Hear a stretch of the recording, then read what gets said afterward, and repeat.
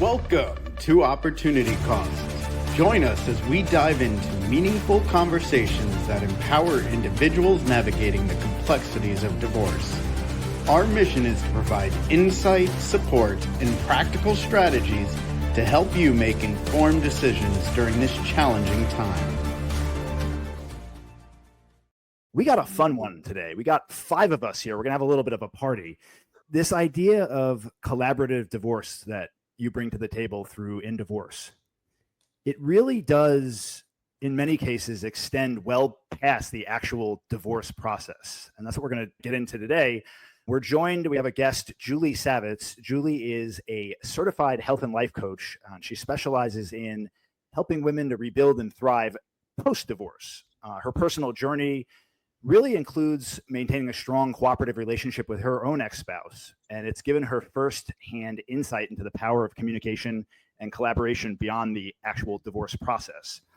Her experiences really have not only shaped her own life, but have become the foundation for her own coaching practice, where today she guides women towards emotional resilience, self-growth, and healthier parenting dynamics, which as a parent myself, I could use some of that in my life for sure. In the episode, we're going to take a dive into the importance of fostering positive post-divorce relationship and really explore how the in-divorce process can be an invaluable tool in achieving that end goal. And really, we're going to share some practical strategies for shifting mindset from the idea of like conflict through this process to cooperation. So Julie, yes, welcome to the show. Thank you. Thanks for having me. Yes. Is everyone ready to get this party started? Absolutely. We're ready. Woo-hoo. Okay, so let's start here. You're the guest today, Julie. Let's give the floor to you. Tell everybody a little bit about what you do with your business and kind of the story behind your journey and how you got to this place. Okay, so thank you for that beautiful intro. My background is actually, I was a special needs guidance counselor for 24 years. As I was going through my divorce, and it seemed like I was the first one out of all of my friends, so it was all new, I recognized specifically for my children how important it was for my now ex-husband and I to keep it as amicable as possible, because the divorce process for a lot of people is icky. My daughter would say icky. So we decided when we first started the divorce process that we were going to focus on our children. We had done all of I think everyone goes through therapy and everyone goes and tries to save it. And my ex-husband and I were on a timeout. So we went through all of that. And when divorce was the last option, we recognized, and my children were young, that it was for us to keep focus on our children and even keeping our family unit, although it was going to be different, together as best as we could. They didn't ask for divorce. Children never do. And they were stuck with it, and 2 homes and 2 houses and clothes in one house. And I have 2 daughters. And that is another challenge too, just having their makeup and stuff in different houses. So my ex-husband, Michael, decided that we were going to focus on our children. And now post-divorce, with having gone through the divorce, with that in really the top of our minds, our number one priority, we have established a relationship where we travel together. And I have a boyfriend, and my ex-husband says, hey, you guys should go eat at this restaurant. And we pretty much discuss everything. We have our agreement, and it's every other weekend. And we put together this really intense agreement. But he and I, if I want to take a weekend, he wants to take a weekend. That is there for us if we need it. But again, we always focus on the children with what's going to benefit them. And we like to have a little bit of fun too. So we want our children to see that although they didn't ask for this, that we are in still a healthy relationship. I think we need to come up with a name for it. Post-divorce, where we speak every day and our own personal things and our children. And we sprouted out. My daughter's in University of Florida doing well. My youngest daughter is doing well also. And I actually have friends, when they get divorced, they say, oh, I would like for you to be like Michael and Julie. So we've become kind of these people, which is ridiculous, that people look up to and want to be like. So I'm so proud to have established that sort of relationship. And then I noticed as my friends started to get divorced that they were needing that sort of guide help to focus a little bit less on the money and the settlement agreement and alimony and all child support, and focus more on it, because that was going to work itself out. That's what you guys do, to focus on our health moving forward and our children's health. So I was able to parlay it into a business where I now help women, usually post 50, kind of figure out it's not the end, it's actually the beginning of a beautiful new chapter in their life. Julie, when I heard you, what you said, you need a name for it. Yeah. The name is family. And Yeah. that our whole kind of platform is that you don't stop being a family because you stop living under the same roof. You are a family the minute you have that child or children together. You guys are together for life. It's not a new name. It's a new way to look at it, I think. Yeah. I think that like 1 out of 2 marriages are going to go through a divorce. And so that's just a lifestyle at this point. And so the logistics of going through the divorce process is what we do. And we try to do it in a way to set our clients up for the future, the way that you and Michael have lived. Like that's our entire goal, but it's really just a family. We're very proud of it. I compliment him all the time. First of all, being a dad of 2 daughters, teenage daughters, and just, it is, I'm sure it's not easy for him. It's not easy for anyone, but for him to have established himself in a way where we like I said, we travel together. We go to sleepaway camp and we stay in the same room, and we really collaborate on so many things. And that is really the way to go. So I'm curious, because when you talked about this, where you guys are at, I, not knowing you very well, I'm not sure that you were born this way and you were just easily able to do that, or if there are some things along the way that you had to wrap your head around maybe and learn how to move forward to get to this space. I'm going to guess both. Sorry. Yes, it is a little bit of both. And divorce for us wasn't amazing every minute of it. There's a moment I was telling Elizabeth earlier, John plays a part in my life, good and, but I remember this moment where was sitting in his chair and he's, Julie, you need to move out of your house. And I don't even know if I ever told you this, John, but for me, that was a moment in my life, and there's not many, where the blood left my body, because in my head, I was going to stay in my house and we had all this money and my life wasn't going to change. And that was a moment where I realized either I was going to let it bring me down, or I was going to, okay, I now need to get a house. I now need to get a second job. I now need to take care of my family. It's going to look different, but yeah, I am not like this all the time. I was angry, trust me. But I recall you telling me that. Yeah. I haven't slept since that day you told me that, but this show isn't about me today. So yes, that'll be another show. But there were moments when you decide it's over. There were moments that you go through counseling. And from my experience with a lot of people, it's people do it, but people's kinds are made up. So it's now this is the new normal, and not fighting it, because that was going to be wasted time. And your children are watching. I don't care how old your children are. Their lives are going to change. And Michael and I, neither one of us come from divorced families. So I felt for them that they needed to pack a bag, and we packed it and we made it look really pretty, and kisses, you're off. And Daddy, Michael lives close to me. We took that into account, where we live close to each other. So I do have that mindset, but having this collaborative type of team was certainly helpful. And John, you said today's not about you, but I think the truth about divorce is that it is emotional and financial every step of the way. And when we get married, we don't really, like, you think like it's all about love and centerpieces and honeymoons, but like the reality is that you are going to become business partners the minute you sign that marriage license. And so it's from the beginning, our love relationship that becomes a partnership, it becomes a business partnership. And so I don't think we're thinking about that as we walk down the aisle, but as we walk away from there, all of a sudden, and Julie, I bet you and Michael even had different philosophies about money, even married and divorced, I would imagine.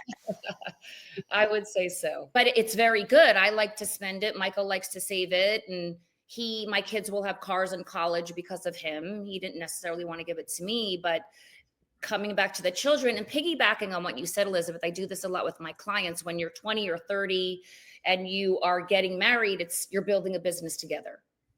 When you're 50, you are two businesses, established businesses, and you're merging, which I think is a lot harder to do. So you really need to be cognizant of what you're doing, who you're bringing in, just really understanding all the players. So it is a challenge, but it's certainly doable. My recollection, really quickly, No, go ahead, John. it makes sense about where you are now. Is both you and your ex-husband are good people, and you didn't necessarily agree right off the bat on everything, but I don't think either one of you was out to hurt the other person. No. I think it was more about fear and working through those fears about how are you both going to be okay, and how are you both going to be the best co-parents going forward for your children. And I think because of that approach, it made it easier for the professionals, certainly, to work through things, because it was never about anger or frustration or spite or anything about that. It was like, how do we get through this and wind up in the best place at the conclusion? And those are normal emotions, Sean, right? Everyone has it. You have a failed marriage, or especially when I was going through it, we were one of the first people to get divorced, and there was a stigma. Your disappointment, you started something that you couldn't finish. But if you're able to put all of that aside and work with this sort of team and keep your focus on this is really happening, there's a lot of shock value too. So it's letting that simmer with yourself. I'm a big believer in therapy, talking to someone as you're going through, not necessarily your spouse, but having that sort of active listener, just letting you figure out your next goal, your map. I say you go out of your house and you make a right and a right, you've gone nowhere. So to kind of reach out to someone to help you focus where you're going is at least a start. And hope. It's a hope for a lot of people. Everything we're talking about right now, it seems so commonsensical, right? Sitting here just bullshitting on the show, but we're devoid of the emotion right now. So I want to speak to those listening out there that are going through this. All right. What and I'll go to you on this, Adam. What tips or advice can you give to somebody? Because again, with a clear head, it seems so obvious, but when you're stuck in the emotions and you're overwhelmed by all these feelings, it can be very difficult. So give us some tips or tools or tricks or speak to people that are going through that right now, what they can do to start this process and start changing their mindset from more of a collaborative space. Going back to the sort of image that you painted, Julie, you said that when John was talking to you, you could feel the blood sort of leaving your body from top to bottom. He was also kicking me under the table. This is why we can't be in person right now. Yes, I'm so terrified. So go ahead, Julie. No, go ahead. I often say that we get information about ourselves, our needs, our wants from, I break it down to oversimplify it to 4 parts of the body: head, heart, gut, and genitals. When those are in alignment, we tend to do pretty well. At least we are going to be satisfied with our decision making. When those are out of whack, it makes it really challenging. And so I imagine, Julie, that the blood was draining from your head because of something that was going on in your heart or your gut, right? Yeah. It sounds like fear more so than anger. This image that you had, that you held on to for a long time, John shattered into a million effing pieces. And so let's not be dramatic. I'm sorry. It kind of was that, by the way. I imagine, Julie, that you wanted to do something to your ex's genitals. At that point, Yes, I'm wondering. yes, Yeah, I'm thinking. yes. Yeah. So, Not- so the first part is recognizing sort of what those parts are saying to us, right? Because when you said before, this was kind of part how you were born and part what you've learned. My guess is that the head above your shoulders has been pretty consistent over the course of time, but that you were being, I'm going to use the word triggered. I feel like that word gets overused, but I'm going to use it anyway. Triggered by stuff that was going on in your heart and your gut at that time. So to answer your question, Jeremy, the first part is just being aware of what all those parts are saying to us. So we can recognize the emotion as fear as opposed to something that we have to make a decision based on. And what is that fear about for us? And in that case, again, what I hear Julie saying is that fear was like, I just lost the picture that I had of my life. And I needed some time to get my head to wrap around what my heart and my gut were telling me, because my head had a very different picture. And so the first part is just being able to sit with all of those pieces and recognize what our emotions are telling us, because they're good information. Fear isn't a bad thing. It keeps us from taking unnecessary risks. Hurt isn't a bad thing either. Anger is not a bad thing. It sometimes protects us from things that can be dangerous to us. We just don't want that to be the part of us that's leading our decision making, because we get ourselves in trouble when our emotional space takes over. I don't know if that answered your question, Jeremy. I Yeah, think for sure. I think it's unrealistic to expect there to be no emotions and a whole range of emotions, even though we talk about trying to limit those emotions because we make crazy, stupid decisions when we're emotional. I think to Julie's credit and her ex-husband's credit, generally, whether it was wanting to strangle me or each other, it probably was temporary, and they take a step back and they do whatever they need to do to get control of their emotions and recenter themselves, whether it's yoga or whatever you're into. And then they would come back the next day and have a normal conversation. I think it's unrealistic to expect people not to necessarily be triggered or have emotions. That's not a bad thing. And we're certainly not miracle workers in the sense that we can make emotion or this process void of emotion, but I think it's how you handle it as you're experiencing it. And I think it's important to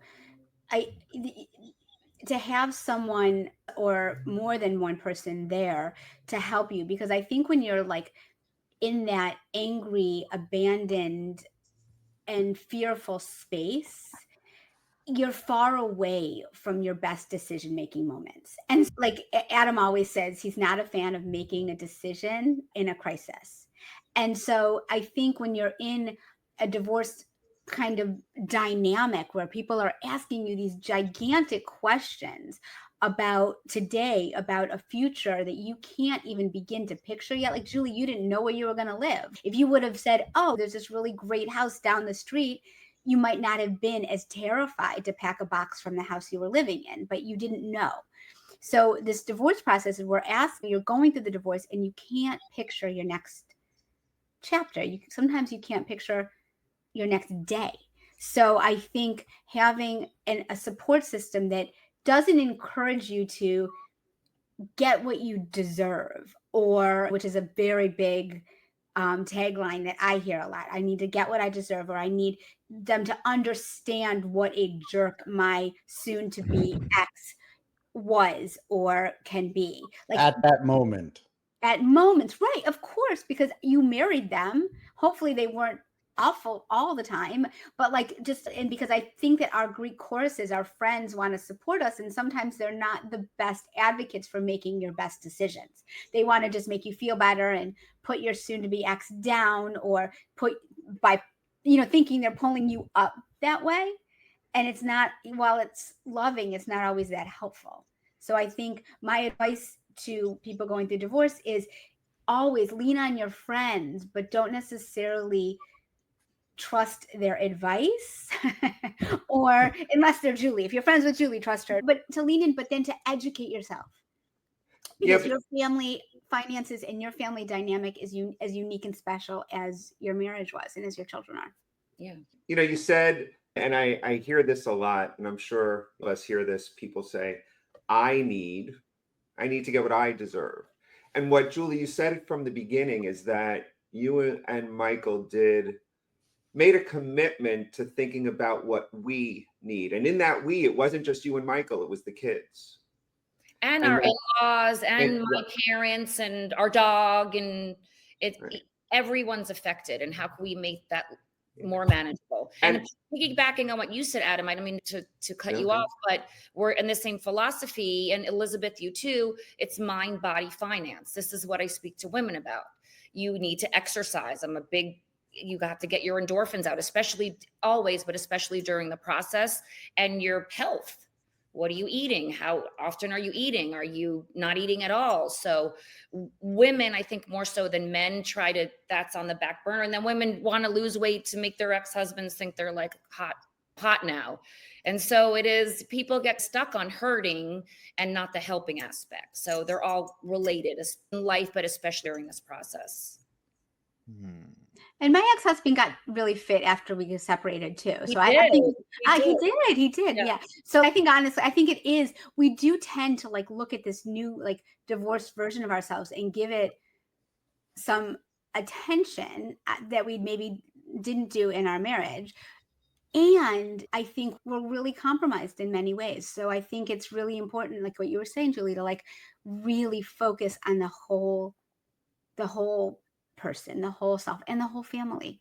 I think, because I think that it's really, divorce rocks your world. There's no matter, I don't care how great of a relationship, how amicable you're going to be, you're taking what you both created and you're dividing it in half. So no matter if you have $1 or $1 billion, you still have half of that when you're separating.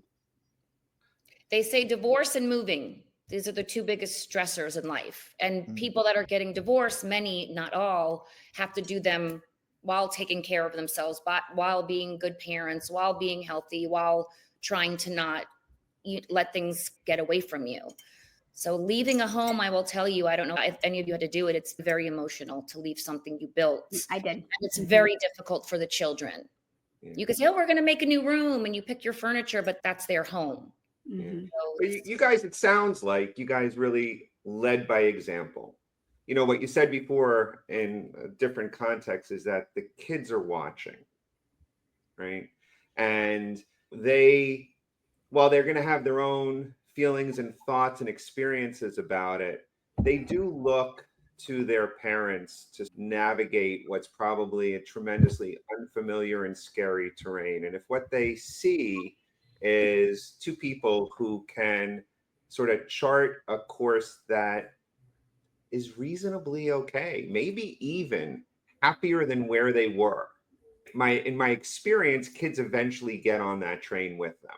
Yeah. Conversely, if mom and dad are doing the War of the Roses with each other, kids get on that train sometimes too. And it is that ability that you and Michael had to stay in the we is really an impressive, I think a challenging thing. And I think it can be done, but it's about managing all of those conflicting emotions to be able to see the big picture. Because when we are afraid, when we're angry, when we're hurt, our focus tends to be a little skewed. And it's hard to say, how is this going to affect our in-laws being able to come to our kid's next birthday party? We sometimes say, I don't really give a fuck how that's going to happen. I just want to make sure he doesn't get the house. It's hard in those moments to take a look at that picture. I have a question, John, for you, because all of my clients, when they go through a divorce, are coming from their best selves, wink, and all of Adam's are, because we've gotten them to that space. But what do you do, John, what do you do when you have what would your suggestion be? Because you've been doing this for years. When you have one spouse that's like Julie minded, where like it's like family first, finances are important, but like family first, and you have another person who is being less amicable, less reasonable, more there, like what do you suggest, like on a financial, like from a financial place, like for one person to do? Like if you have a family, if you have a soon to be ex that's being unreasonable with their finances. It depends if I have the ability, if I'm in a situation where I have the ability to speak to both spouses, it makes it much easier. Mm-hmm. Most people don't really want to punish their soon-to-be ex-spouse. There are definitely some that do. and those are the people that are not right for our type of process. But usually, and it may take some more discussion, those people probably haven't spoken to therapists. They haven't done that type of work. and they're not really familiar with what they're experiencing. And it goes back to that whole discussion about fear. And when we walk through everything and we talk about it, and I could finally get to the bottom of what are you so afraid of, right? And then when you compare it to the process and what it's going to cost and all the downside, and people can start to get past that emotion, it becomes much easier to focus on the solution. But the starting point is they just want to talk about the problem.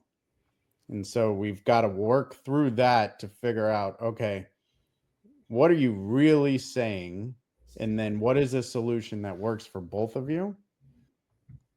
And to Julie's credit, and what I think makes her an excellent coach, it's one thing to say the right things. It's an entirely different thing to actually do all of them and implement them.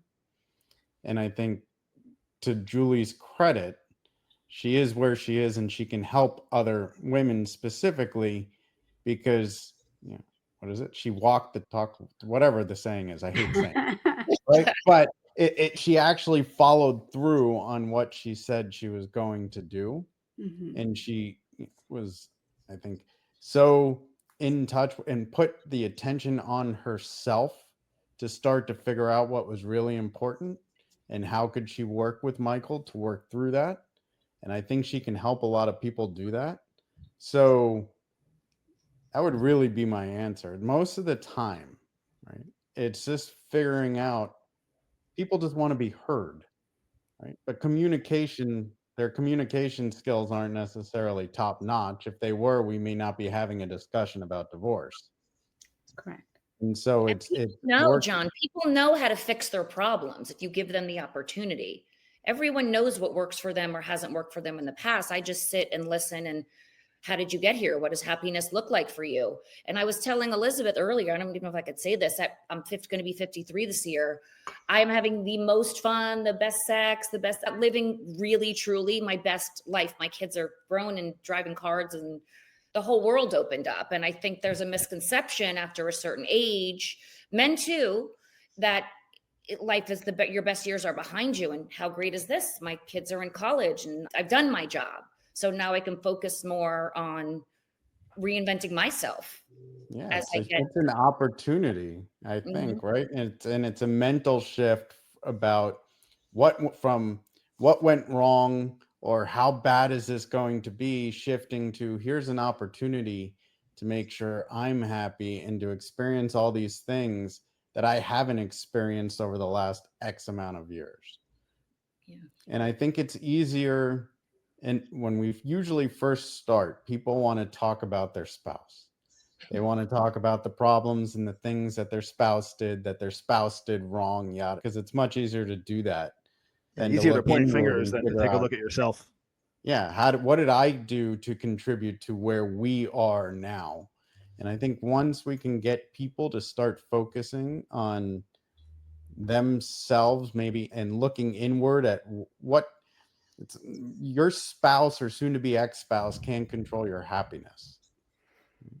And so what can I do for myself and my family to make sure we're all the best unit going forward? So to go back and answer your question, that's usually the starting point, is getting people over that hump of the blame shifting and figuring out, all right, what is the solution going to be? And that's what I find one of the big problems in normal litigation. It's so adversarial that the focus continues to be, we're going to focus on that other person. We want to tell what they're doing wrong. We want to point out everything. We want to throw mud at each other. But at the end of the day, that just costs a lot of money and gets people nowhere. Self-responsibility is so central, I think, in life. I think that I think that I must say this at least 4 times a day if I say it at all, and I probably say it way more than that, is we have control over one person. I tell my And kids that all the time. It's the only and thing you can control is yourself. yeah, because I constantly hear in my private practice as a therapist, and also when we're doing divorces, he's got to understand, or she has to blah blah blah. And I'm like, and whenever anyone says that, the first thing I think of is, no, he doesn't. No, she doesn't. I do. right? I need to understand. I need to understand that I can control me. And there's so much power in that, because if you're in an adversarial situation and you choose not to be adversarial, you're moving the needle just all by yourself. And so being able to maintain the people will say, I want an amicable divorce. But my ex, he or she's that.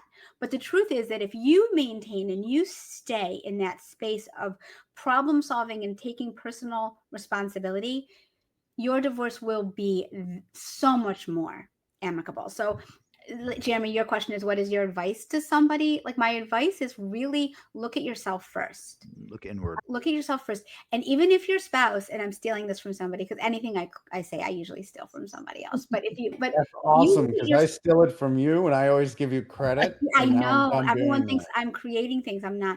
But if you look at your relationship and you look at your person that you're in that relationship with, and you think they are 97% at fault all the time, I can pretty much promise you that if you focus on your 3%, you are going to change your life. And so it's really that. I don't know what you guys think about that, but what do you guys think about taking responsibility? Yeah, my guess is, sarcasm intended, Julie's having great sex, or Julie's great sex has nothing to do with Michael. No, it doesn't. Let's unpack that. Yeah. Another show. Yeah, different show. The challenge, and I say it's even we can unpack this maybe more in another episode. I don't know that we're doing a good job culturally of starting early with this idea of self-responsibility. So there are times when people are coming to this space of having to look at themselves in that way, maybe for the first time, or certainly in a way that is significantly different than how they grew up. And it's a challenge to let go of the idea that other people are responsible for our pain and hurt, and that other people need to do things differently so that we can be happy. One of my pet peeves is when I hear people say, "You're making me angry." Last I checked, that anger is mine, right? It's not that people don't influence us. It's not that people don't affect us. They do. But at the end of the day, we're in charge of how we experience it, how we respond to that, what we do from there. Yeah, feel the emotion, but don't react to it. Yeah. Probably my favorite saying in any of this is, if two become one, they become none. And I think when we get married, there's no kind of guidebook, right, that tells us what we should be doing when we get married. And too often, marriage comes with responsibility. We don't communicate. We don't have discussions. And sooner or later, it feels like we become one. And that leads to resentment, because someone's personality and feelings and beliefs, they feel like it's being ignored. And so one thing I think Julie is great at, and certainly working with her own clients, is making sure that they can remain two. The women become empowered. They know who they are. And then if they want to be with someone, they're still going to be themselves. You have to coexist with your partner. If you get married or you're in a relationship and you feel like all of a sudden you lose yourself and you no longer coexist, but you're becoming that one where there's usually a more dominant personality, it's going to lead to resentment and then ultimately failure. And so in order for us to coexist, we need to really know who we are and be able to remain two and enjoy each other's company. And so I think that's something that I think Julie probably puts a lot of focus on with her own clients post-divorce. I love that. If two become one, they become none. You have to remain two in order to be a strong unit. It's math from the finance guy. Yep. And I can't take credit for that saying, by the way. That's okay. We'll give you credit today. I think that's probably like the difference. I think when I think about coaching versus therapy, right? And I think that because Julie, you are trained as a counselor, but now you're coaching. And I think that in divorce space, Adam and I aren't therapists, we're coaches as well. We're coaching through the divorce process. So when I think about, so we all wear this coaching hat, pardon the metaphor for a minute, but like we all wear that in this kind of space that we're talking about today. And I think the difference between coaching and therapy is that coaching is looking forward and learning strategies and using tools about who I want to be. And oftentimes therapy is looking back and trying to fix who I was. And so in divorce therapeutic coaches, divorce coaches, and as a life coach, that's what we're doing. We might use information from who we were, but the idea is who we want to be. And I think when you're going through a divorce, rather than looking back at what the marriage was, look at what you want that co-parenting relationship to be. What do you want your personal finances to look like? What do you need to do to make those finances look that way? And I think it's important. You're right. The life coaching is where we're going to go. When I get on with someone, they want to tell me, I'm like, okay, we're going to have a pity party for you for 10 minutes. And then we're going to pack it up, put it away. Where are we going? So people are much more comfortable about talking about what went wrong. I sit with women all the time. Tell me a couple good, nice things about you. My kids, this, no, you, because I sit with a lot of women that went to college and were lawyers and doctors and gave up their careers to be parents and weren't involved with the finance and just really didn't know what was going on around them and just gave up who they were. And I think, like John said, especially as we get a little bit older, I don't think men or women looking, that's not sexy. So it is really empowering I don't need anyone. I don't need anyone. So when I choose someone, it is my choice. I seem to be switching them out every 10 years, but it's up to me. It's up to me who I want to be with. I have my finances. People need that sort of comfort of being with someone that's human, but I don't really need anyone. I choose who I'm with. That's such a wonderful thing to be able to do. It's very empowering and awesome. There's a woman who wrote a book. I hope she's still alive. She wrote a memoir at 93, and I'm going to get her name wrong, but it's Edith Egan, I think is her name. And she was in the concentration camps 80 years ago. She was at Auschwitz and survived. And she then became a therapist in her 50s in Texas. And she wrote her memoir at 90 something. I think it was like released in 18, or so I don't know how old she would be. But her premise, and the reason why it's called A Choice, is because she would say, she worked a lot with trauma, a lot with divorce, a lot with veterans. And she would say that you can be victimized. Like that victimization happens, but we choose whether or not we're a victim. That's a choice that we make in our lives. And I think that, and people would come into her office and they look at her and like, how do I complain about my life? You were in a concentration camp, like that kind of, and she would say, everyone's trauma is their own and divorce is traumatic, but you're going to decide whether you let that divorce traumatize you for the rest of your life, or whether you're going to say, no, I won't be a victim to this. I am going to take this life experience and utilize it for my next chapter to make my life better. Because I think sometimes in like an adversarial divorce, okay, I'm going to do this to make their life terrible. Yeah. But you can't, just like you can't selectively numb, you can't selectively make your partner's life terrible. So if the divorce process is going to be adversarial and awful, then it's going to be awful for both of you. Expensive. So expensive. I am nowhere near as good a student as Elizabeth, so I may be misquoting people.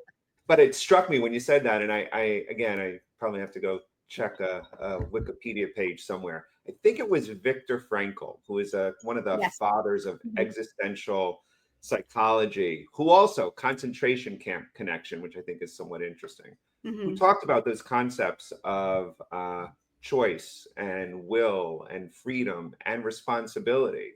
And Julie, when you were talking about how you help women to really look at the choices they have, going back, with choice comes responsibility for those choices. Yeah. Right? Those things are inherently tied together.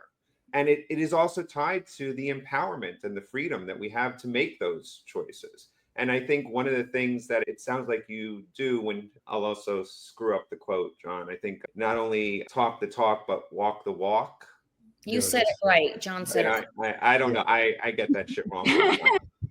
That one of the things you're probably keenly able to do in your practice is you are sort of this model of what could be, when people probably struggle to trust that they can make those changes, right? And because sometimes part of the challenge for people is to actually have hope it could be different, right?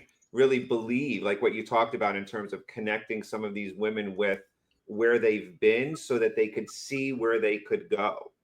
And you are able to hold up that model, not only in the way that sort of you go through their history, but in the way that you've lived your life. Thank you. Yeah, it's very nice. And I'm so happy women and men too are asking for help. It's okay. It does hurt. It is hard, and it is work, like you said, Adam, but it will be worth it. It will be worth it. Julie, Yes.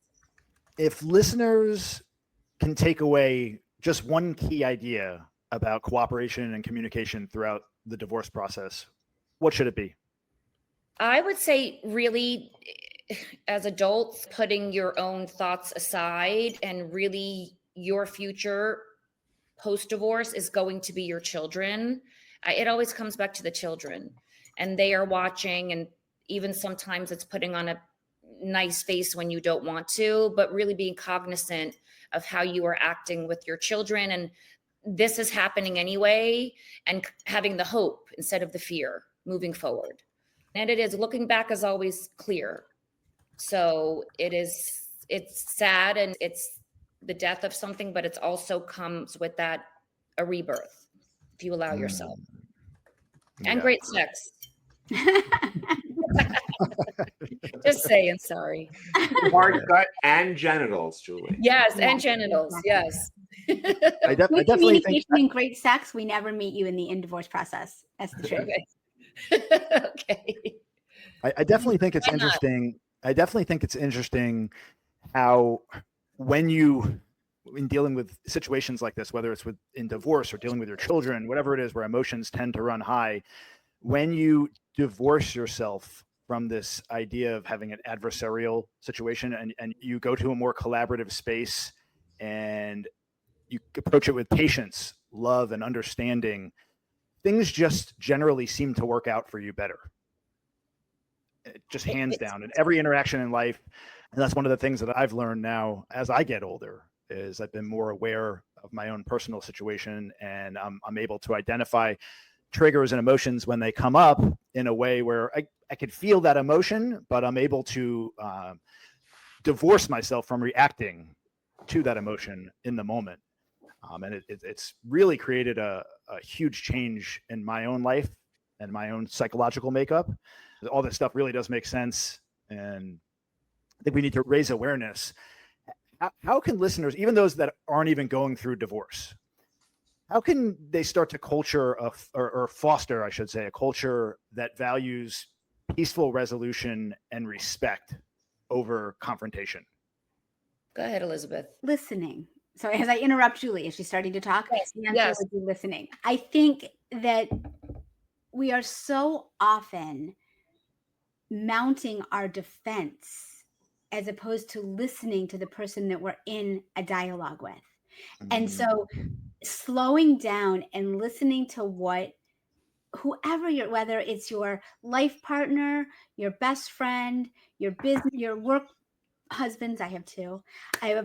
But whatever, whoever, if you slow down and you listen to hear what they're saying, there's such a good chance that the whole argument that you've been mounting in your own brain is moot. So I think listening. is really Yeah. key. And you know what, listening to yourself too, what you want, what you need. We would come home from seeing John Michael and I'd be like, John likes me better. And he'd be like, no, John likes me better. And John said, I'm right. So it was so wasteful. And we would come home and we're both right. Mhm. Everybody's right and everybody's wrong. It's your right and his right and my right. You get so lost in that kind of hamster wheel. And I So don't know. I don't know. I think it's human nature to wait for an event to create change. So some type of negative event leads to some positive change.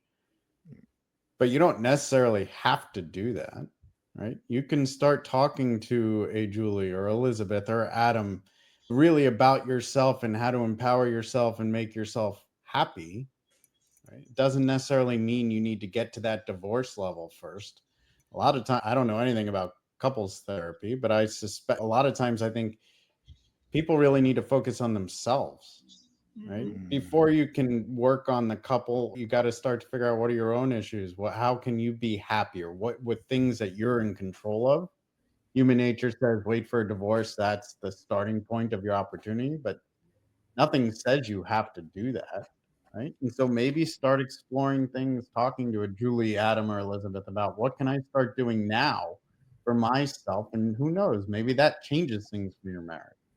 Yeah. I like Elizabeth, I borrow lines from a lot of other people. And I think this one was a psychologist, Marsha Linehan, years ago. I heard she said, it's crazy making to tell people that life wouldn't be better if other people did what they wanted them to do. yeah. Right? So try not to do battle with that. And going back to what you said, John, her line is, while we're waiting for other people to change to make your life happier, let's look at what you could do now. Mhm. So don't do battle with the idea that the change wouldn't be good, because it probably would be. If people listen to be more, I might be more happy. But while I'm waiting for that to happen, what can I do to become maybe a better communicator? How can I maximize my ability to get my needs met? And I think, again, helping people to focus on that responsibility, whether it's 97% or 3 would be a good thing. Said, I think we'll leave it at that. If you're out there listening, whether you've been through extremely challenging divorce and you've made it through to the other side, or maybe you're going through a struggle right now, or maybe you had a collaborative divorce and everything went well, I want you to comment below, leave some advice, some tips, tell us a little bit about your story. And what we're going to do, we're going to try something new here. We're going to go through the comments and we're going to see the most interesting tip or piece of advice or story or thing we can find. We're going to send you, yeah, that's right, you. We're going to send you out an invitation to come on the podcast and tell us a little bit about your story and get some outside perspective. I think that'll be pretty cool. So everyone, thanks so much for joining us, and we will look forward to seeing you on the next episode of Opportunity Costs. Everyone take care and have a blessed day. You too. Bye. Bye, guys. Thank you for listening to Opportunity Costs. We hope today's episode provided you with valuable information. You do not have to go through this alone. We're here to provide a little entertainment and some potentially helpful insights. You can find more information on our website, indivorce.com. Be sure to subscribe, and until next time,